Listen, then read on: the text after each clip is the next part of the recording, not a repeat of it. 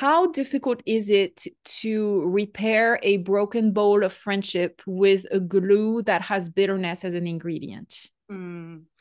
Well, I'll say I don't know that you can repair a friendship if bitterness is still there, because it's just going to undermine every interaction that you have. It's going to darken it. It's going to twist the other person's words in your minds and their motivations. It's going to make it really difficult to move forward in trust, which you have to have. And I share a lot in the book about my different journeys with grappling with bitterness in my own heart. And one of the most powerful lessons that God has taught me along the way is the power of praying for someone with whom you're having conflict. And you know how Jesus says, love your enemies and pray for those who persecute you.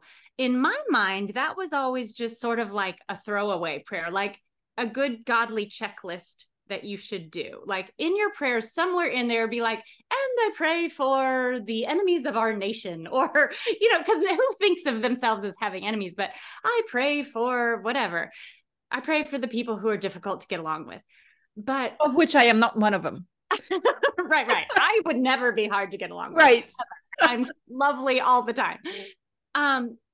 But I remember there was this one time I was really struggling with bitterness towards, they weren't exactly friends, but they were people who had hurt friends of mine. And I was watching this difficult thing unfold. And I was just desperate for God's help to protect my heart. And I started thinking about Jesus' words. And I thought, what if there's more to it than that? What if when Jesus says you love your enemies and you pray for those who persecute you, what if there's something that happens in our hearts when we pray? And so I started praying in depth every day, consistently, for those people, for change, for help, for healing, for God's hand.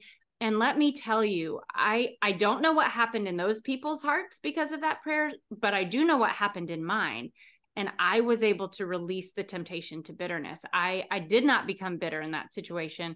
So I would encourage you, if you are in a difficult situation where you wish you could make things right with your friend, pray for your friend and pray for yourself and pray for growth and change in order to help excise that bitterness from your heart, so that perhaps you can engage in the healing conversations that lead towards forgiveness and repair.